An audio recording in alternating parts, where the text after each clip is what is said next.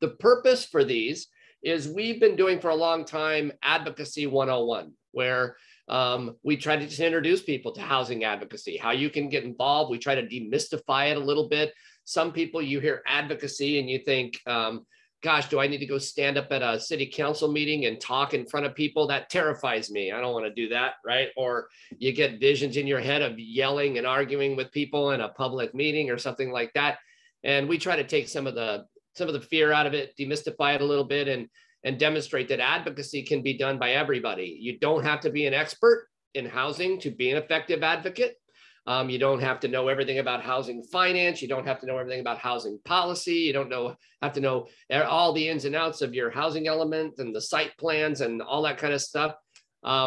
It's good to educate yourself and get as knowledgeable as you possibly can, but there are ways to use your gifts and talents in advocacy in a lot of different ways. And we need a lot of different types of people with a lot of different gifts and talents to become advocates. So one of the things that we started noticing in doing the Advocacy 101s is we saw people coming back multiple times because they were just hungry for more knowledge. Problem with that is I do the Advocacy 101s and I cover literally the same thing every single time because we use it as an introduction for people. We want to just get their feet wet. So it's not offering a lot of new information. So we started talking with our advocates and asking if we'd like to have different sessions where we did a deeper dive. And that's how these Housing Policy Made Simple sessions were started. And the intent of these, the way we run them is they're not intended to be all talking at you. Come to Advocacy 101, it's going to be mostly talking at you. I do Q&A at the end, but we want to just really kind of present what the state of affordable housing is in Orange County and talk a little bit about sort of the beginning of how people can get started in advocacy.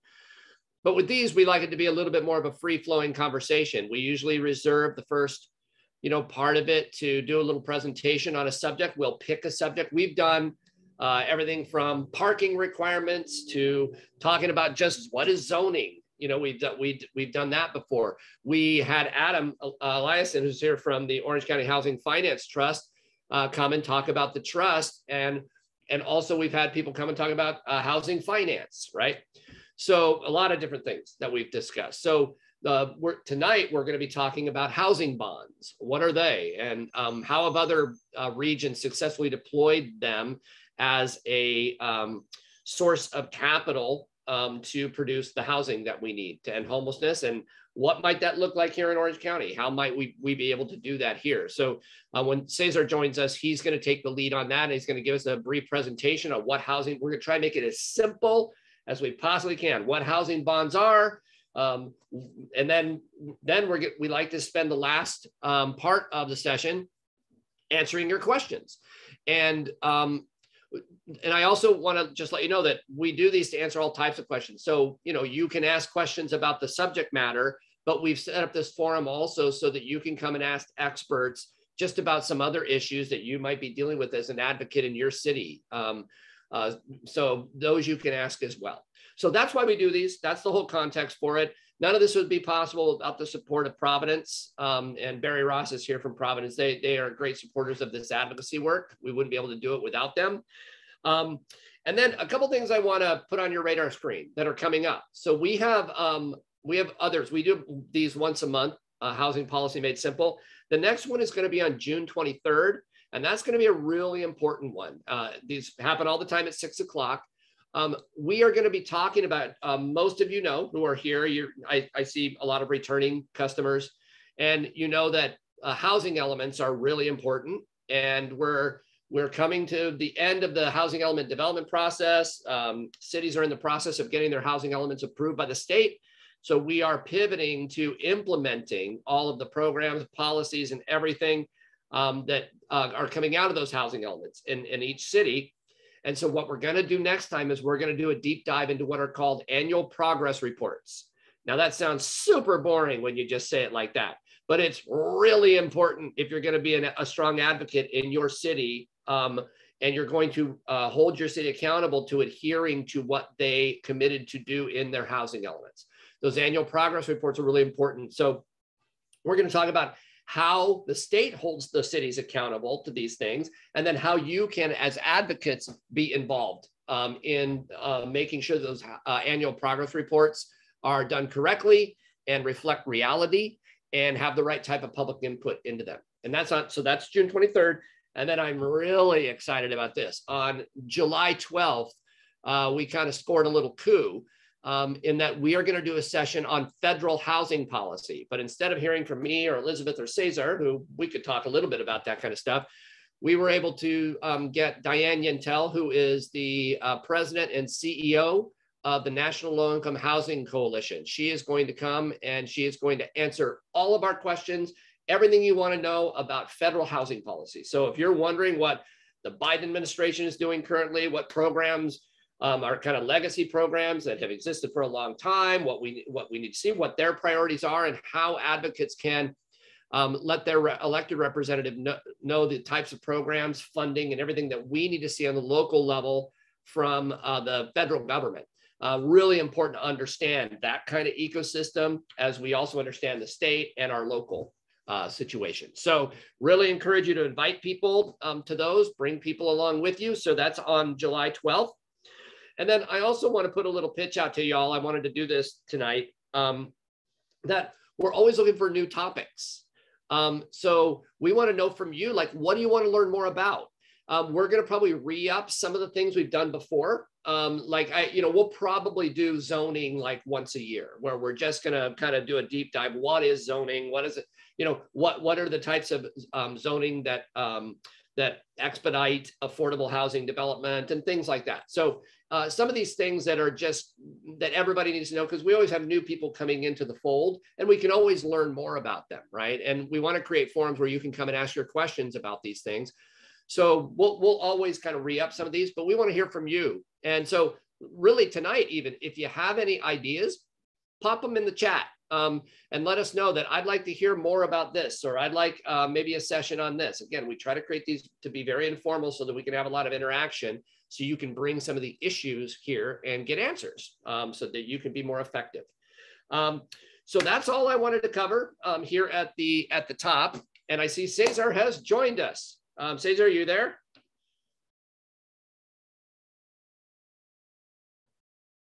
You're on mute if you're talking.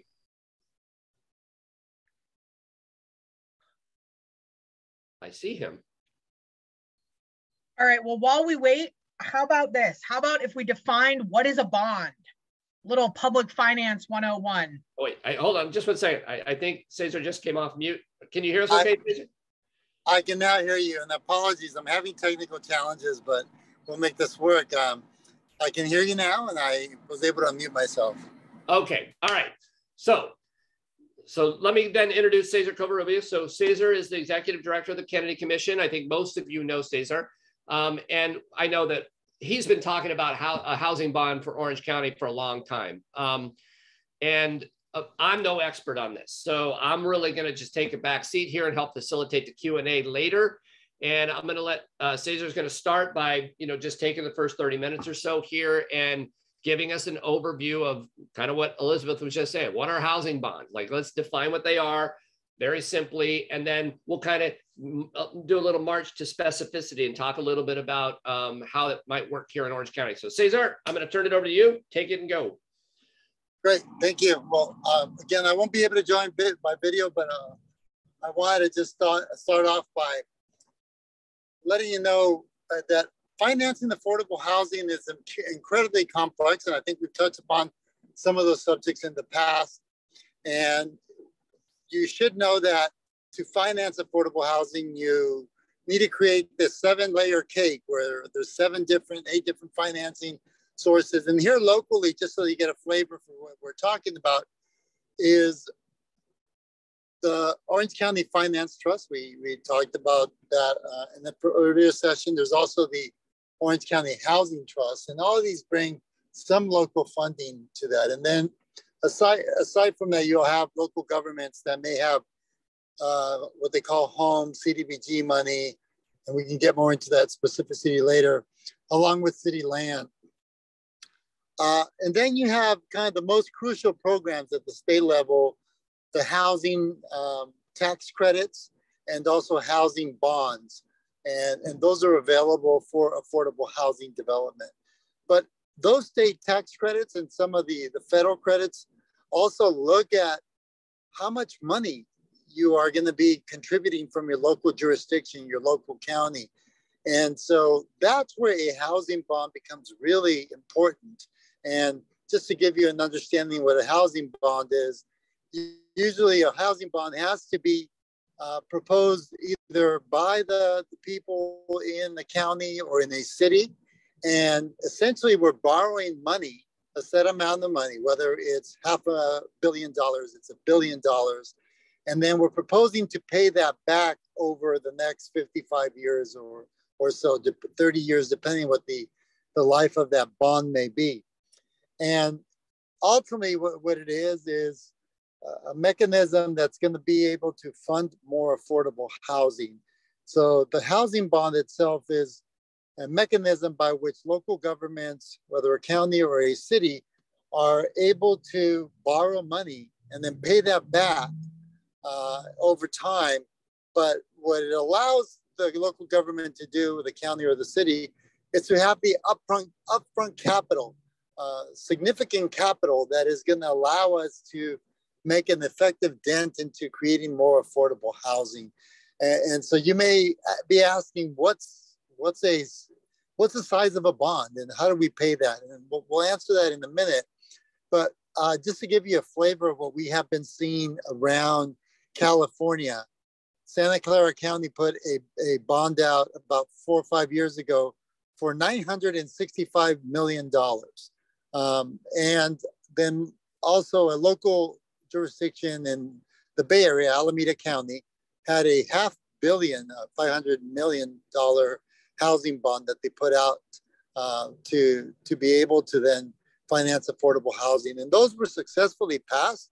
Bonds in California have to be passed with a majority, not a simple majority, but a 2/3 majority, so 63% of the vote of the electorate in that local jurisdiction, the county or the city, have to agree to essentially borrow that money, create a bond to then be able to put that out. Hey, Cesar, can you stop there? Can you repeat that? Because I think that's a super important point that I think a lot of people miss. And repeat that, the process that we have to go through, the 2/3 vote, and who has to make that decision. Correct. So in order for us to pass a local housing bond, we need to do one of two things.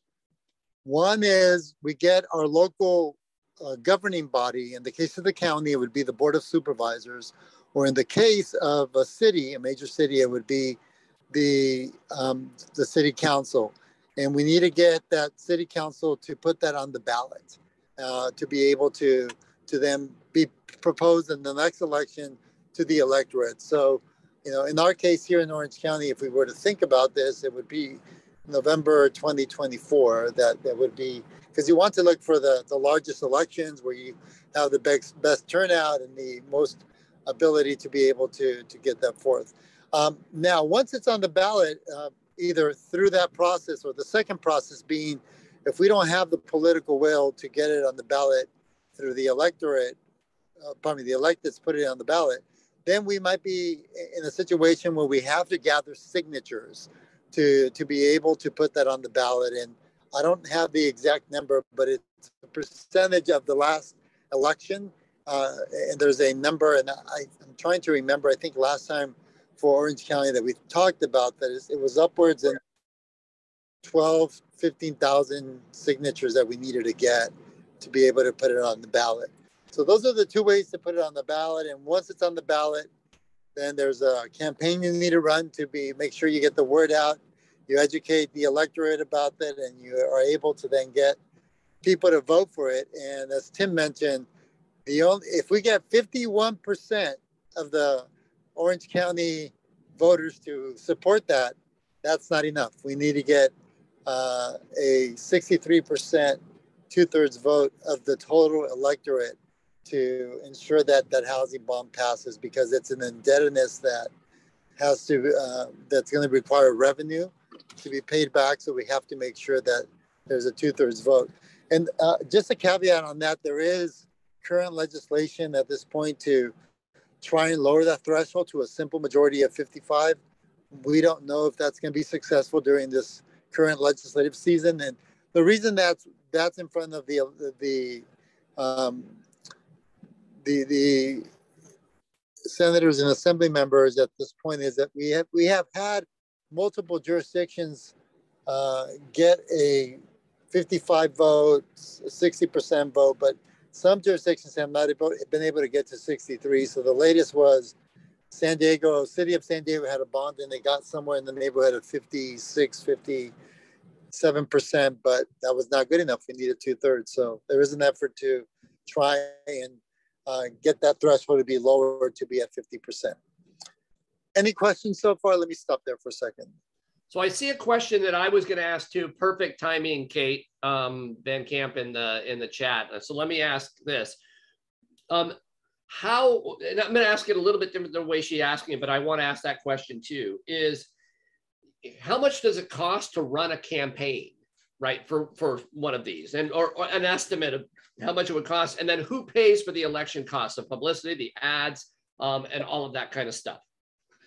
Great question. And so that's part of what I think is really important. So let's think about this. If we can get the elected officials to put it on the ballot, I think that's the preferred method.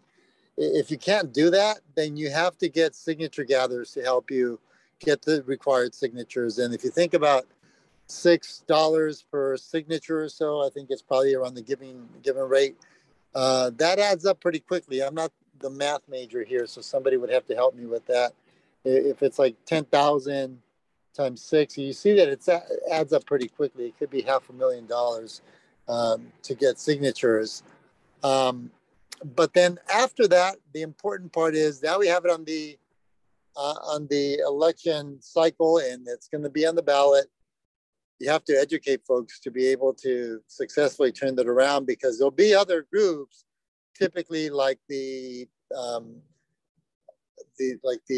Jarvis Association, who don't want to see any new revenue being put out there because they associate it with a tax, even though it goes to a different type of agenda to try and address affordable housing. They still view it as a tax, because the way that you pay for these, and we'll get for in a minute after I answer that question, is the campaign itself may run you upwards about, from what I heard from San Diego and some of our other partners, they have run these campaigns, $1 million, $1.5 million to run the campaign for cities and counties the size of ours and San Diego and others. So it's a pretty significant investment that I think we would be able to get a lot of partners to support, because ultimately it would mean that you invest $1 million, $1.5 million, but you, in the case of Orange County, I think we would be pushing for at least a $955 million bond. And it's kind of interesting that everybody focuses on 950, 960. It really is $1 billion bond, but nobody wants to say $1 billion because it sounds a lot bigger than 955 million, right? So I think that's part of the idea as to how we sell this and how we continue to get support for this work. Yeah, it's like when retailers price things at like $99.99, right? They don't want to put it. So Cesar, that answered that question. That's really good. One other question I have, and maybe you're going to talk about this later. You mentioned some other areas. Well, actually, no. Let me stay on the money, the cost of it. So, what would the structure look like? You know, it would be run. I'm assuming like a regular, political campaign. If you had a proposition on the ballot or something like that, you have to set up a campaign committee. All of those types of things, I assume. That is correct. So it's going to be run just like a typical campaign for any proposition. You would have to get possibly a political consultant, folks who can help with messaging, PR work, the materials that need to be going out to the electorate, and then also targeting that, just like any other campaign. It's like, who's your audience? Who are we trying to reach out? Is it best to reach out through Mail is the best to do. TV ads. I mean, obviously TV ads are going to be more expensive. So then your budget goes from the $1 million to probably 2 million if you're doing TV ads. But again, it's set up like a traditional campaign. So I'm looking at what Pat put into the chat about the signatures needed to qualify. So if you're talking $6 per signature, and you need to reach the percentage you need to reach Orange County voters based on the last election, right? Right. And you need to reach 10% of that in order to get it on the ballot. Sounds right, 10%. So let me do the quick math here. What was the last election? Yeah,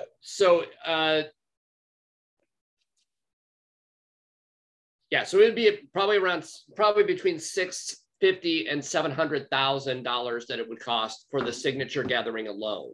Right. Yeah, because the last election was 10% of 1,106,000, so 110,000 around there. Yeah, so right. That's what you're looking at. And so you're looking at, so back to the question about like who pays for this and what would the cost be. So you're looking at just, if you're going the signature gathering route, just for that, you're looking at probably $700,000. And then on top of that, you're probably looking at $1.5 million to $2 million just for the campaign itself, the advertising, all that kind of stuff. So you're looking at, somewhere between probably $1.75, $2.5 million all in to be successful with this if you're starting from signature gathering. Right. Right. And that's why it's so essential to get a local government to do it. And I think in the County of Orange, our only hope is the County Board of Supervisors, because you have to think about going to get a loan at the bank requires you have some sort of financial backing, right? So most of our cities in Orange County are not going to be of the size that could do a bond on their own. The largest are Santa Ana and Anaheim. It's potentially, or maybe Irvine. Potentially they could do that. But the pool of Orange County, 34 cities, is more attractive. And we can go into why that's the case. And I can explain to you why it's better to go to county versus a city. In San Diego, they chose to go to the city because they didn't have any political support at the Board of Supervisors, and they did not want to get any, they did not want to get signatures, right? So if there are no other questions, I can go to the next section, which would be, okay, now we have a housing bond, we're proposing this, whatever figure it is, how do we finance it? Oh,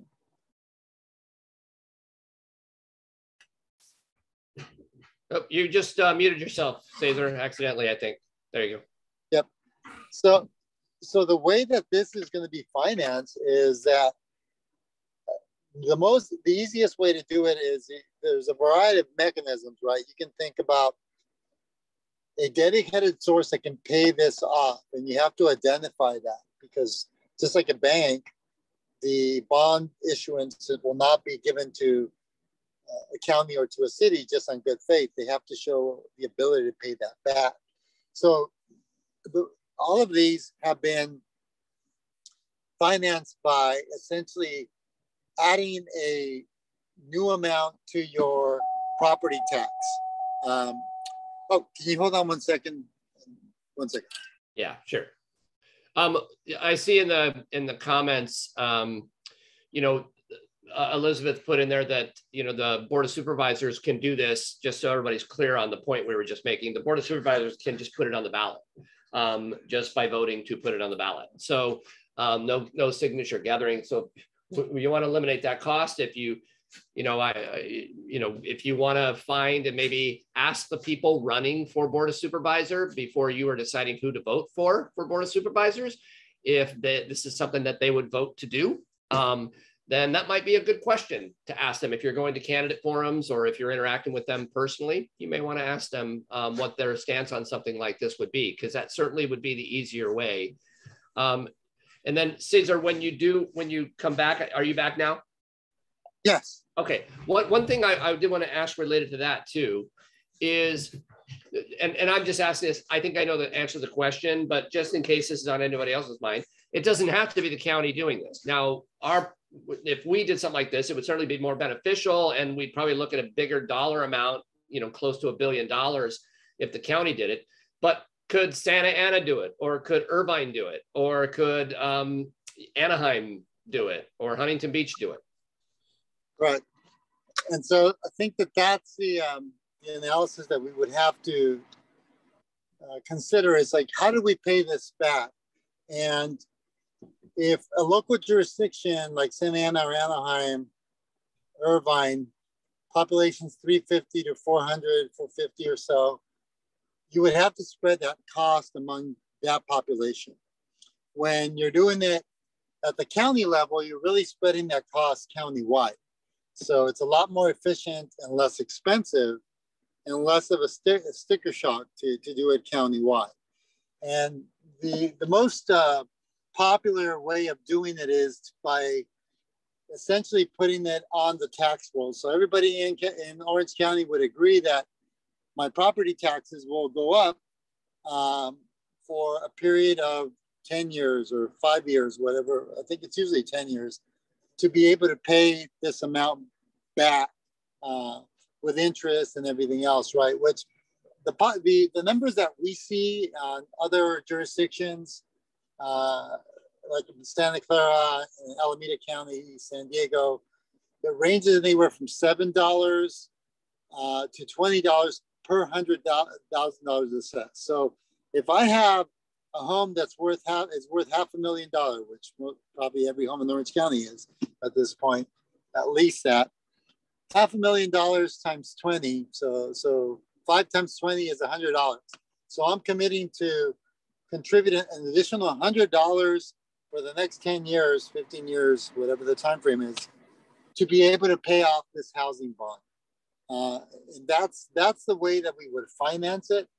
And it tends to be more palatable if it's county-wide, because again, if it was just in the city, we have 3 million people in the county versus a city where you have 400,000 people. You can see that that multiplier would be a lot more. If it's just the city, we all would probably have an assessment in the city that is going to be in the range that's probably 3 times more that amount, through $300 to $400 per year versus $100 per year when we spread it out throughout the county. So that's the way that the mechanism typically works, is adding an assessment onto your property tax that will then allow for that bond to be paid back. Cesar, Kate asks, is it the Prop 13 value, not fair market value? Yeah, it's whatever you have, whatever your value is, whatever you're paying on. Right. Okay.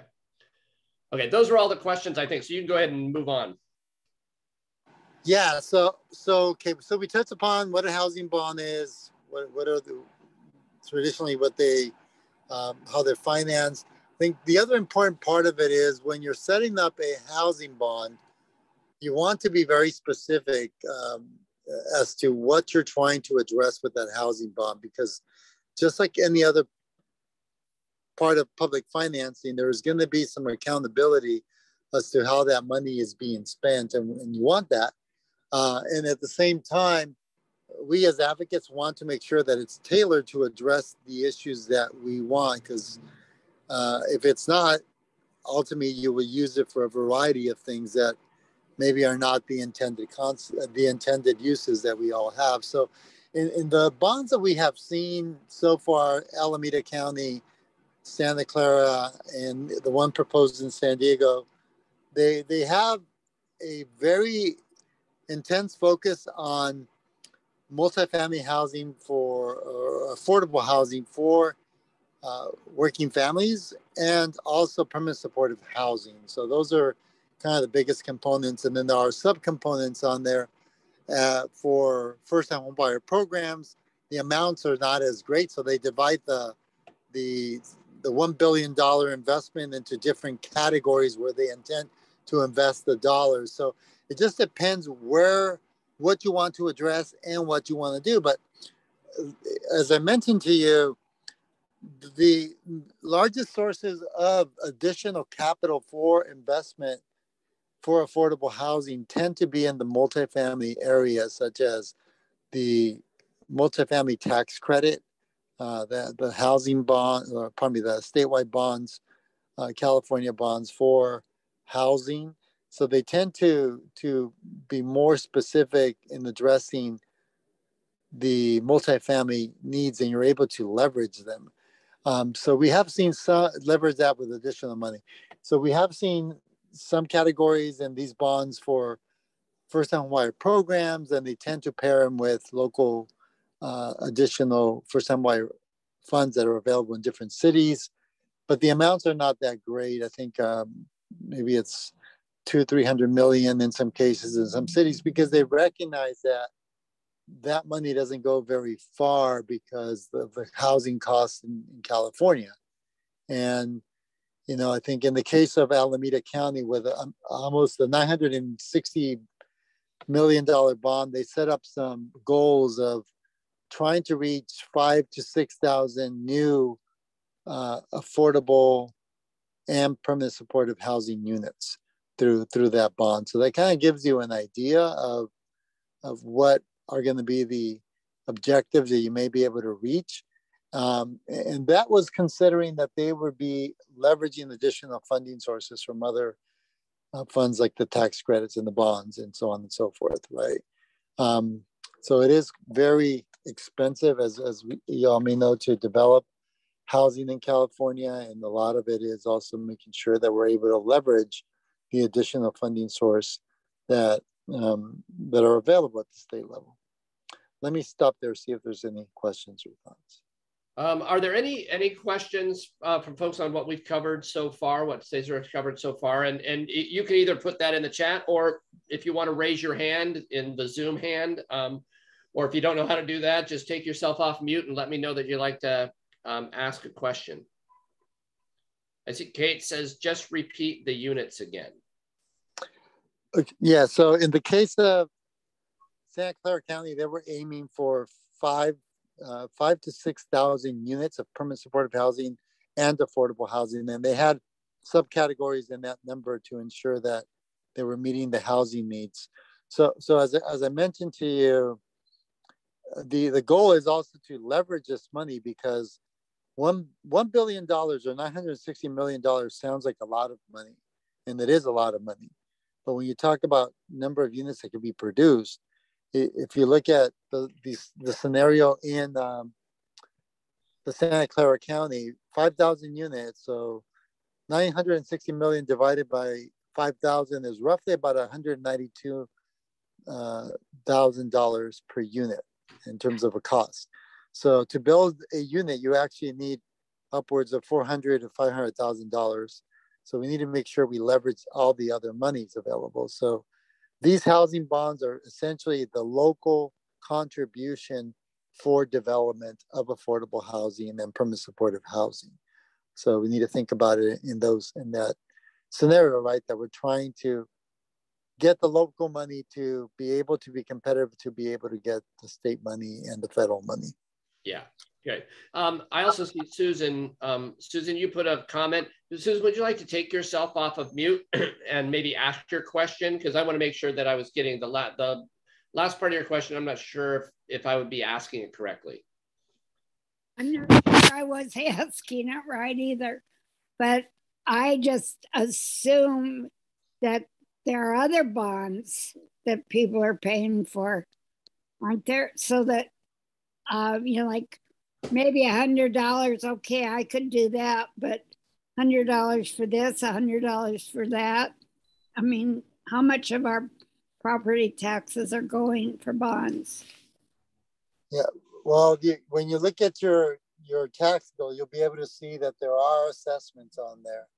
And they may not be identified as bonds, but they usually are going off to pay certain bonds or finance that was done ahead of time, like the school district bonds that I think in Orange County, there was a few that passed in the last elections. We're paying for those. You look at your property tax, they're in there and they're being assessed, right? So I don't know the total amount of assessments that are available now. That's a good question that we would need to look at to compare as to what that would be, right? I think in that case, I don't recall if the education bonds are done the same way, if they are based on a percentage or a fee, or is it just a flat number overall?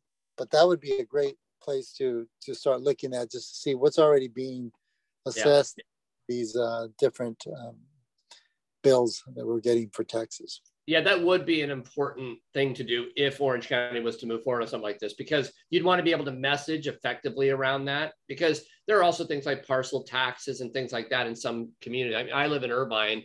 We've made 3 attempts to pass a parcel tax to fund schools here. All 3 failed because they couldn't meet the 2/3 majority. They failed barely because they couldn't reach the 2/3 majority. But there are some other things that have passed, you know, here and there, and every city may have some different ones. And then there are some that are countywide as well. So yeah. Cesar, one question I wanted to ask is, and maybe you're going to get to this in a second. If you are, you maybe just put it off. So the other folks, Santa Clara, Alameda, that have had success with these, was there anything that they did? Well, first I would like to ask, I mean, did they all have an initiation effort by either a city or a board of supervisors? Or did they do signature gathering? Yeah, in the case of Santa Clara County, they put it on the ballot. I think in Alameda and Santa Clara, they put it on the ballot. The county did, in both cases, the 2 counties put it on the ballot. Okay. And that was the work of a lot of our partners up in Northern California who wanted, rather than spend the money on the signature gathering, they wanted to spend it on the campaign itself. So right. Okay, good. Yeah, that's what I figured. And then did they find that there was a certain, because while we're talking about this issue and this one issue that Susan brought up here, you know, that goes to the messaging part of it. Did they find that there were key messages that resonated with the public, that they kind of led with? Yeah, definitely. Well, I want to preface that by saying that we were working on the part 2 to this session, which is we have a group at the County Commission working on doing research on each of these bonds and also getting updates as to what successes they've had so far, so that we can get a sense of that. So more to come with that, but I think just briefly giving you some perspective as to what were some of the issues. And these were issues that were, or bonds that were adopted probably about 3 to 4 years ago. But the biggest issue was trying to address homelessness. Certainly that was a big part of the issue that both of these counties were dealing with and continue to deal with. So that is something that is going to be important to do some polling. We work with a pollster that they work with. In Orange County, I think the issues were very similar. It was homelessness. It was the cost of housing. It was also our young population not being able to stay. Those were some of the issues that were spotted back when we did some polling 3 years ago or so. We would have to redo those polls and get some more updated information. But I suspect that they're going to be very similar because those issues have not changed. I think they've gotten probably worse. Right? Yeah, I agree. So Cesar, I'll go ahead and turn it back to you because I think those are the only questions that were in the chat. And you can just go ahead and continue on. Yeah, definitely. So I think we covered the majority of the big issues. As I mentioned to you, we are working on the more in-depth presentation with a PowerPoint that has our staff is actually outreaching to city staff at both Alameda County, Santa Clara County, and even the San Diego example to get feedback. And what we are planning to do is at some point put a panel together with these folks and do either the PowerPoint for it, or if we really get serious about this, is bring them to talk about their experience and what's working and what didn't, and give us an opportunity to really set ourselves up for success if we're going to move forward with that. And if we are going to do something of that nature, we need to start moving on that now, because these campaigns are large campaigns and they need to be planned out, and you need to get the right consultants to help you with this. And you need to start out at least a year out to ensure that you are going to be able to have some success. And if we're trying to get the elected officials at the county level, then that work starts now. And I think somebody put that in the chat too. Elections are important. Elections have consequences. Elections bring in individuals that may see our perspective or may not. So, I mean, we hope that we also get a more favorable board of supervisors that would make this venture a lot more likely, right? Yeah, and you know, Kate put in there, by the way, these are tax-free to people who invest in the bonds. That is true. These are tax-free bonds. But I wanted you to talk, and maybe I can even put Adam, who's here from the Orange County Housing Finance Trust, on the spot a little bit. So let's say we get this passed. You know, can you talk a little bit more about the mechanism for the distribution of the funds? And just to put something in context too, you know, we talked about, you know, $1 billion might get you 5,000 units of housing. You know, keep that in perspective. You all have seen the regional housing needs assessment numbers, right? I mean, I'm in Irvine. Our arena number over the next 8 years is over 20,000 just in Irvine alone. So 5,000 units, you know, again, this is just part of what is necessary to solve this problem. But I think it also points out and brings home the immensity of the problem that we have because we have kicked the can down the road for so long and not produced the housing that we need. But can you talk a little bit about how, if this passes, like what is the structure, and would that be something, the question was asked at the beginning, would that be something where somebody like the Orange County Housing Finance Trust would administer those funds and ensure that they were accounted for properly and used effectively? Great. In the examples that we have seen so far, it's been the county housing staff administering that. I'll let Adam talk a bit about whether the finance trust would be able to do that or not. I'm not as informed on that.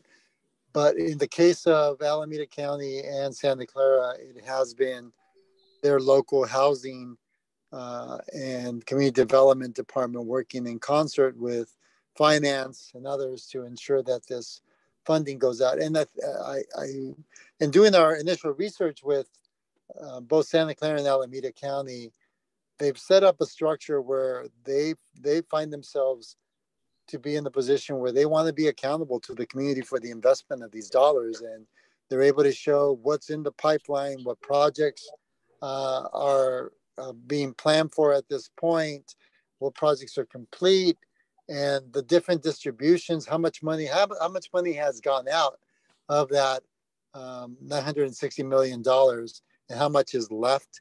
And then what they also do the calculation as to how many units are calculated based on what they've invested so far, but the potential for units that will be available based on what the money that's available now.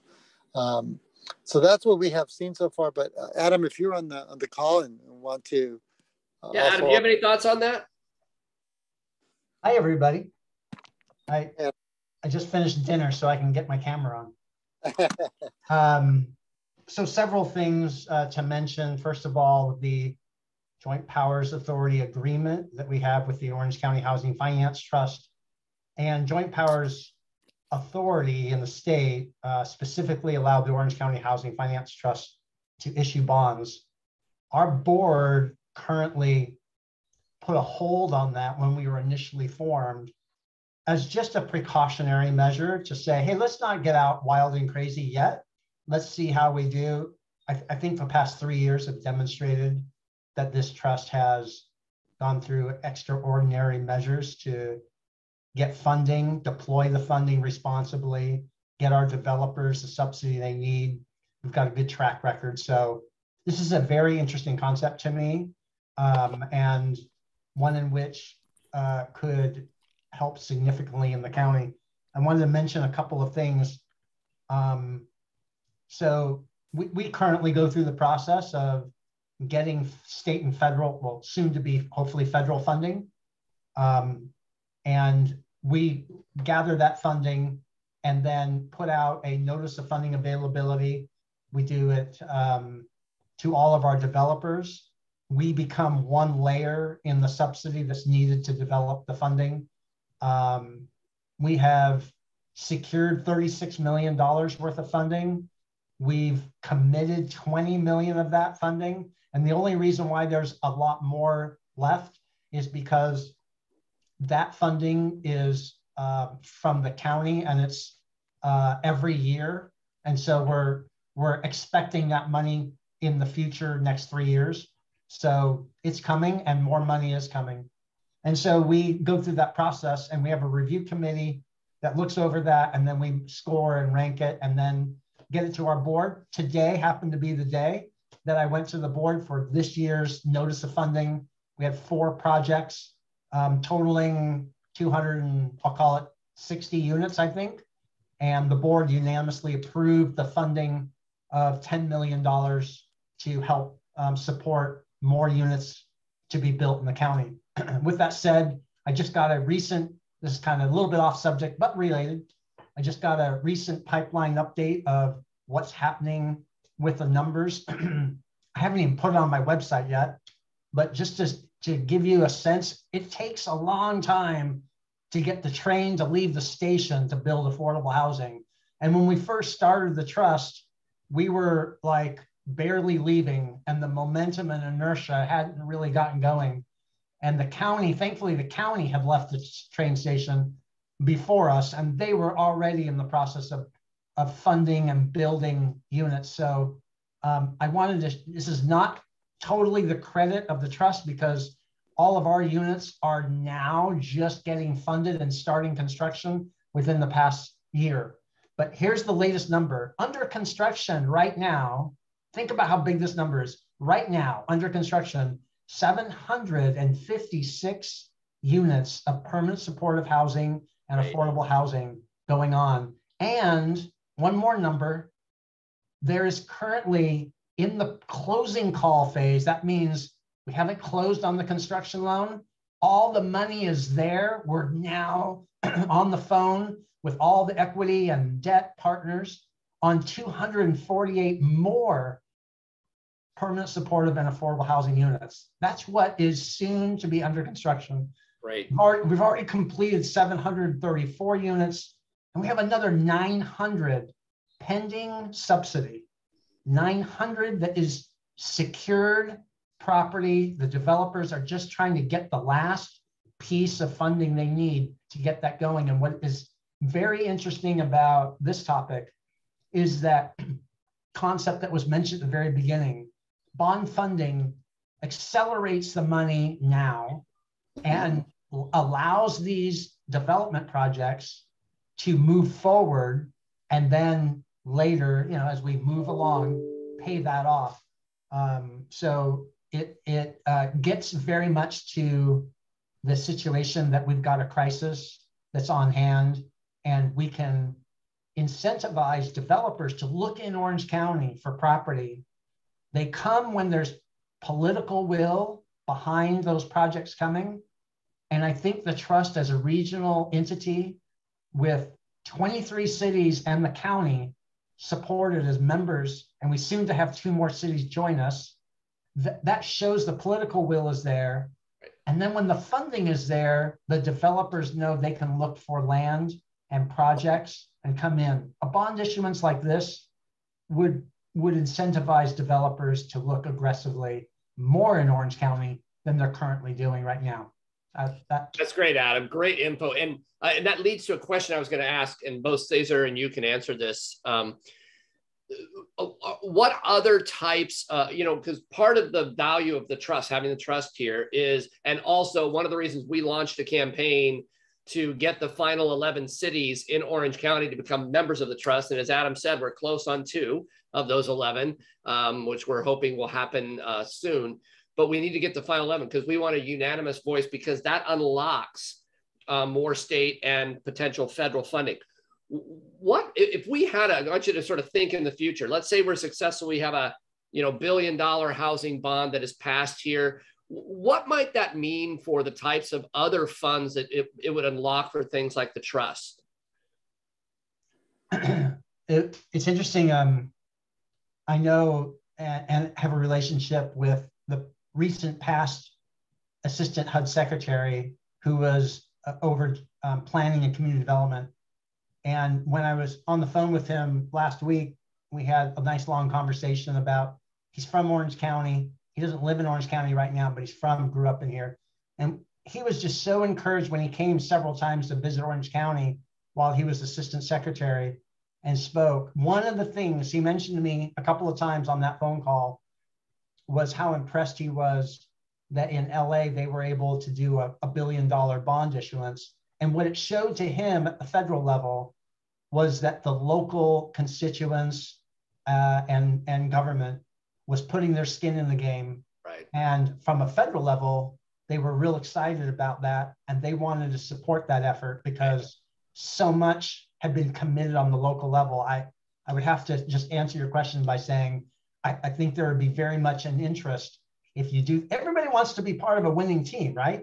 Right. You do this, and then the people start coming on board to join your effort because they know this is going to make a big difference. And we could see the end of homelessness with literally this. One of the things we're celebrating optimistically and cautiously a little bit right now is we've got a 16.6% reduction in homelessness since the last point in time count.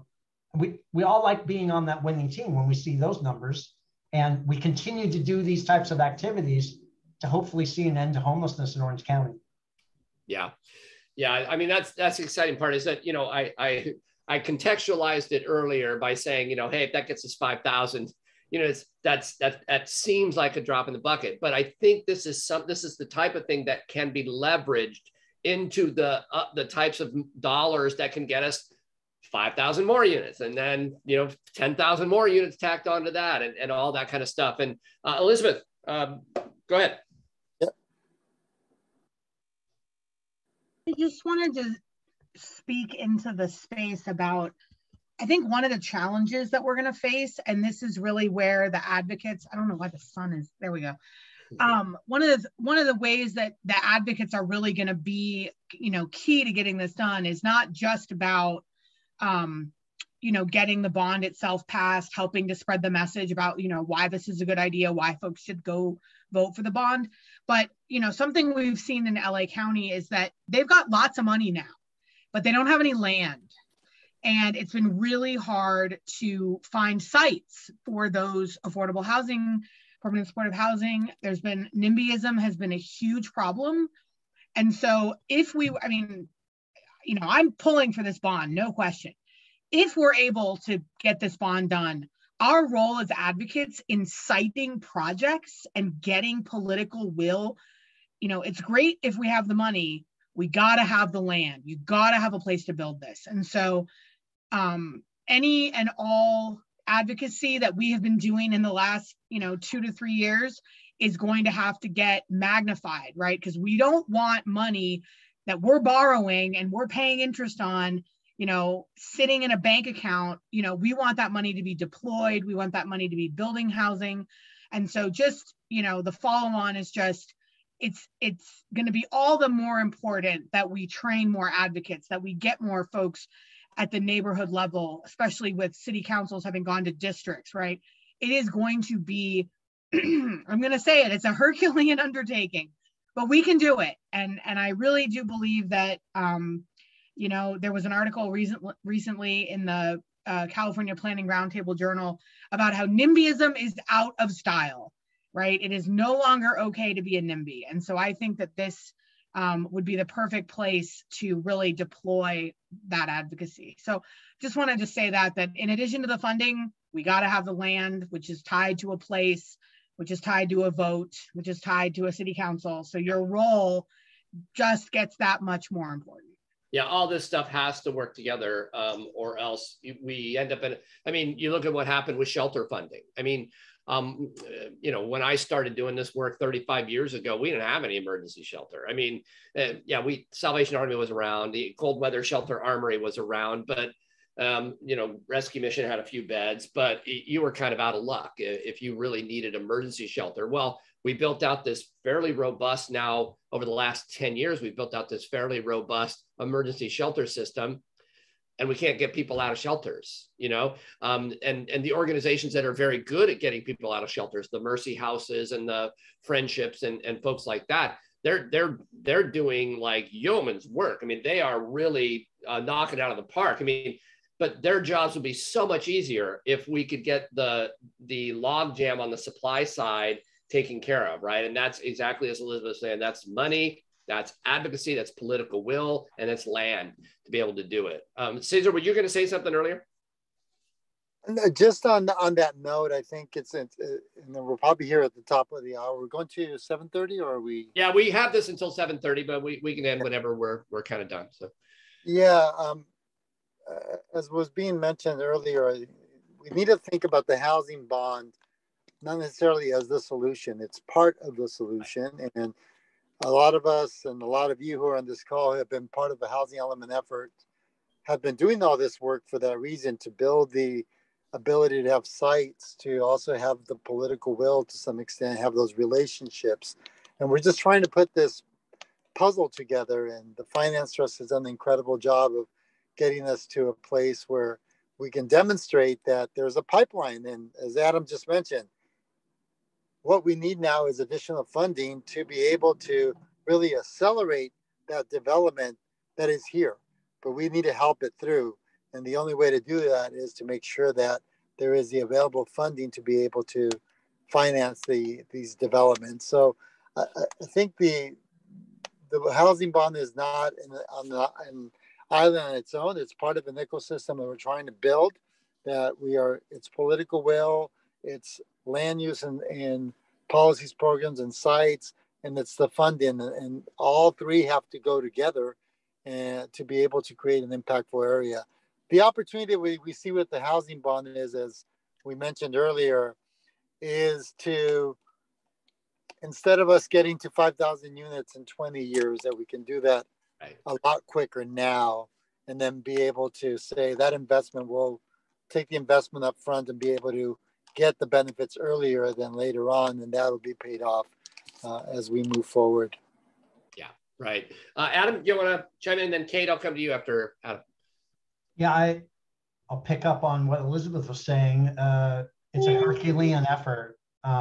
Just because the money comes there doesn't mean there's not a lot of work to go through and a lot of strategy to go through.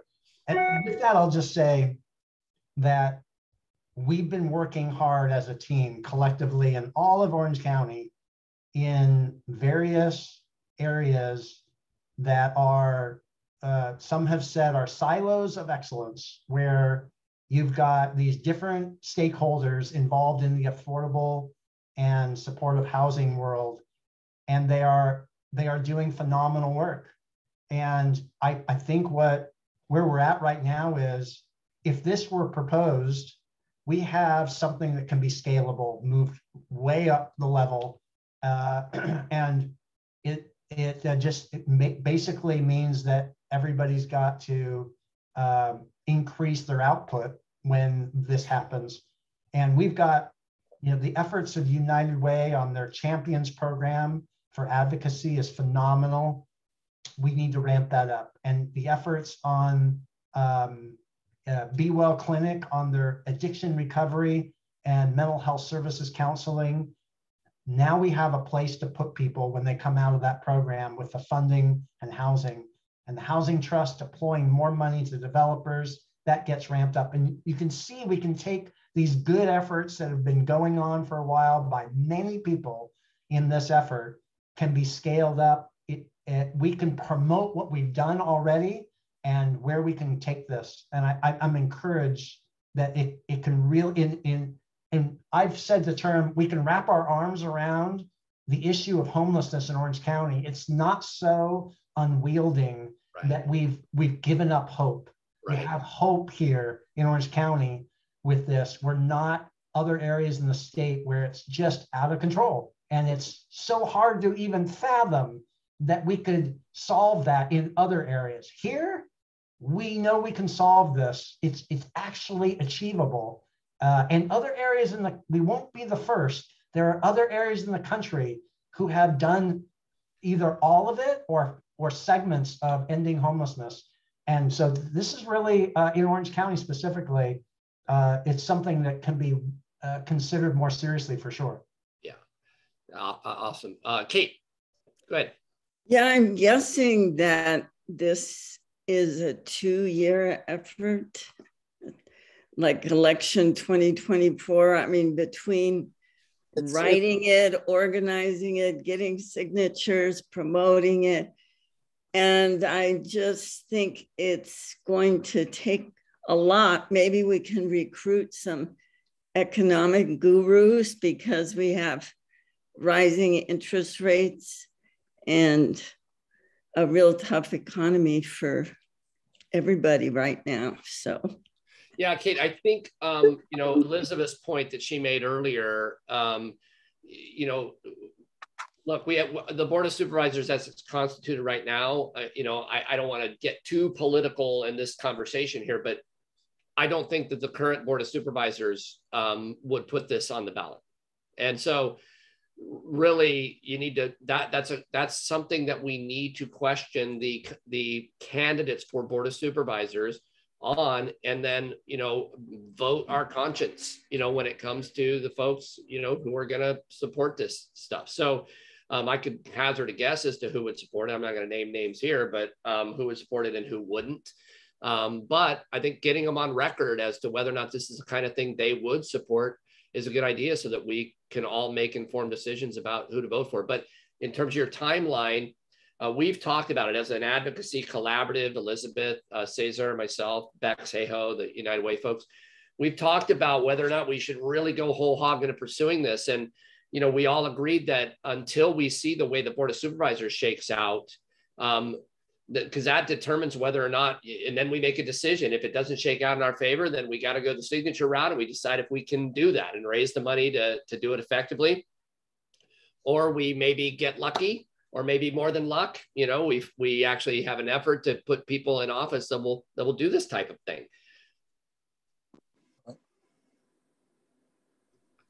So let me ask if there are any other questions from folks who haven't heard from. If you want to just take yourself off of mute or raise your hand if you have a question. And I do want to also open up if there are other questions that you have. And I always say this, and I know it's a cliche, but I mean it. There are no dumb questions. There aren't. Don't fear at all you're going to look dumb here. I have no problem asking dumb questions myself. I've probably asked a couple tonight. So that's what we're here for. This stuff can get incredibly complex. And if you're not a planner by trade like our friend Elizabeth is, then this stuff sometimes isn't second nature to you. So please, if you have a question about this or really anything related to housing or anything we've talked about to clarify, ask.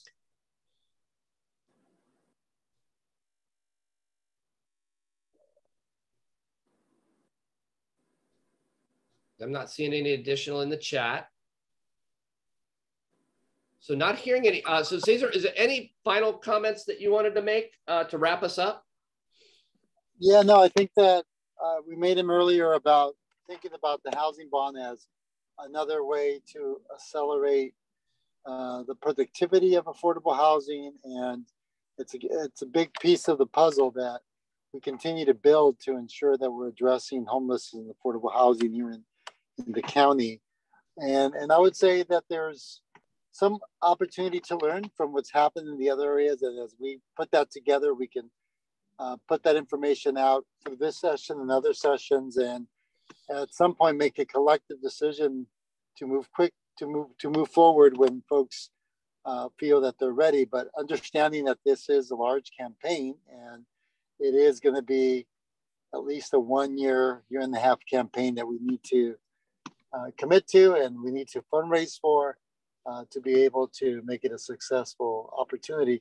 But I would also just say, like in the Bay Area, additional funding as a result of the excitement, as was mentioned earlier, of investment through the housing bonds. You are seeing the tech companies kind of step up with their own housing money and saying, we will be a partner in these different projects that are coming into the different communities. And the tech companies are looking at this as a way to address some of their employment and housing issues.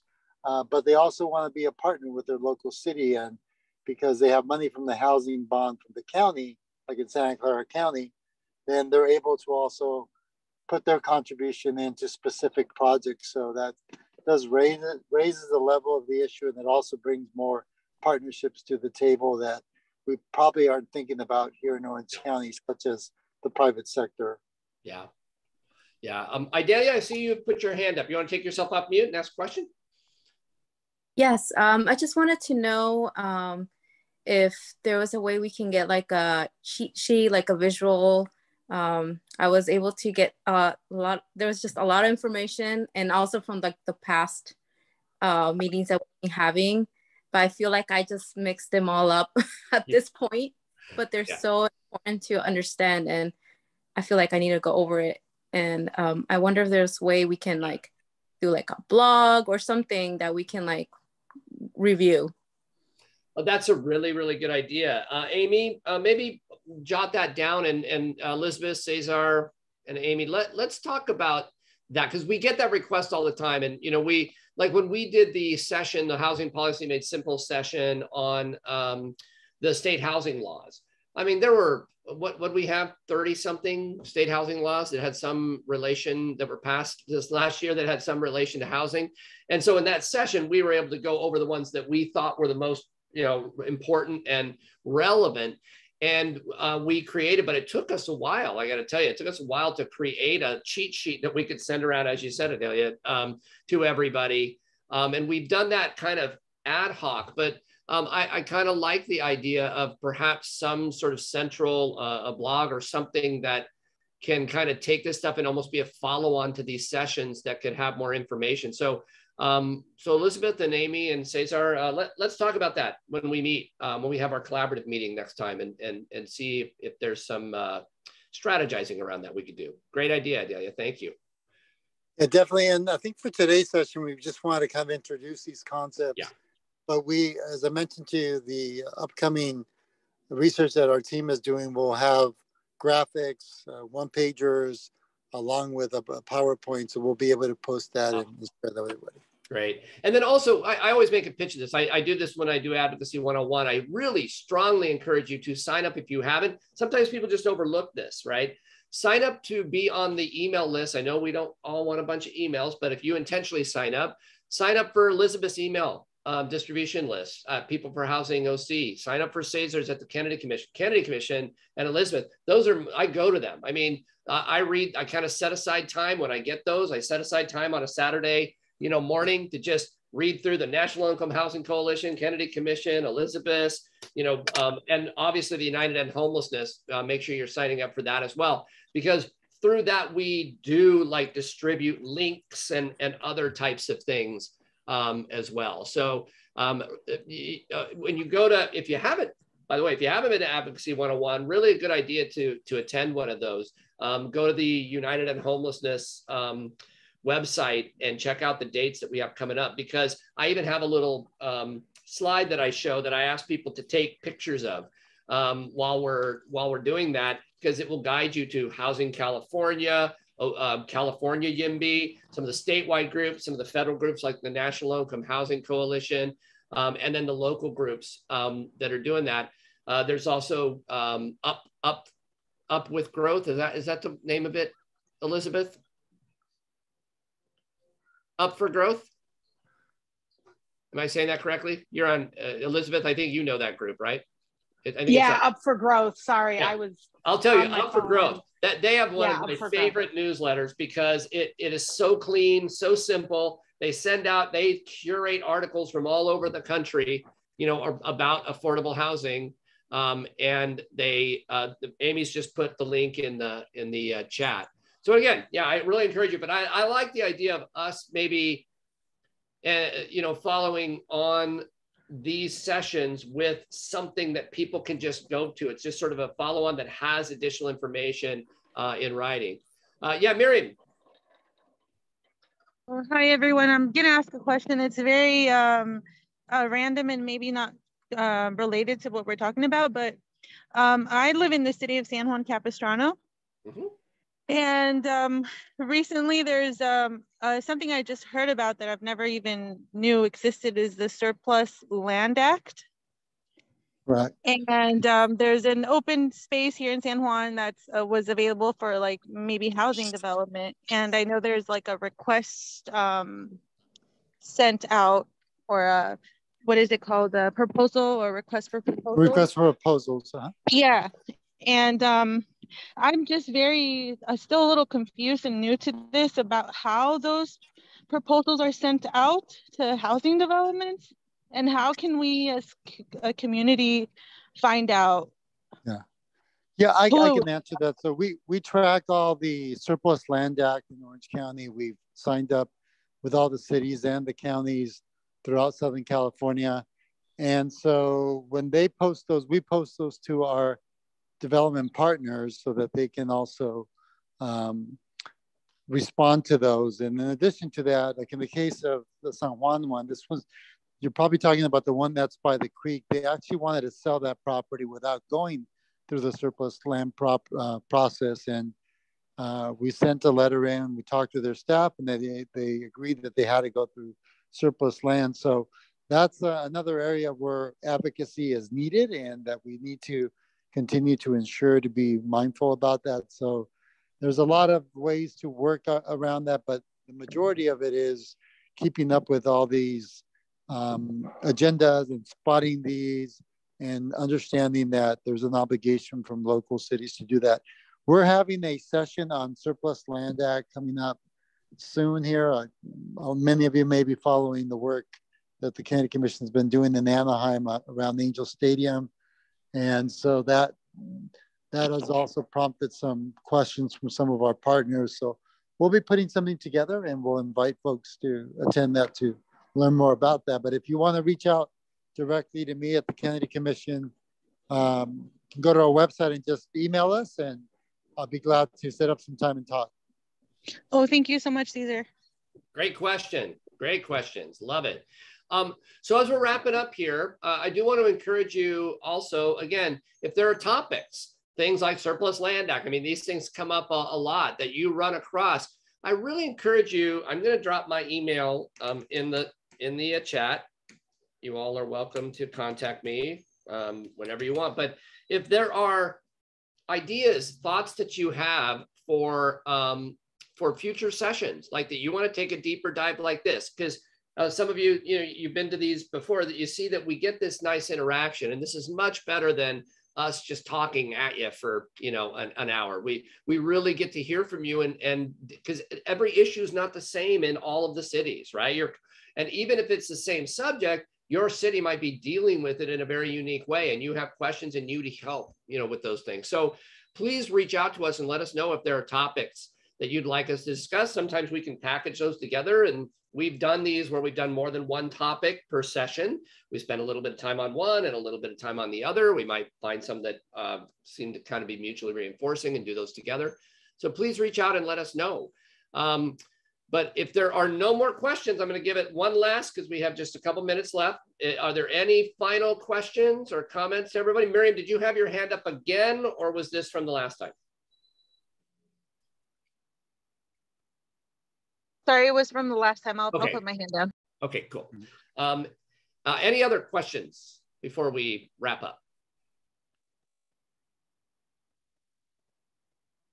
All right, not hearing it. Hey, we really appreciate all you. And I always love to see the same folks coming back. And I know you're advocating in your cities. And I can't say enough how thankful I am, as someone who's been doing this a long time and has been a part of the ups and downs and the frustrations and the elation when we get one pushed through. And so you're the ones who make this happen. And so we really appreciate you, and we hope that you will keep in contact with us. We always say, bring a friend, bring two friends. The next time you come, invite a couple of folks from your church or your parish or your temple or your Rotary Club or your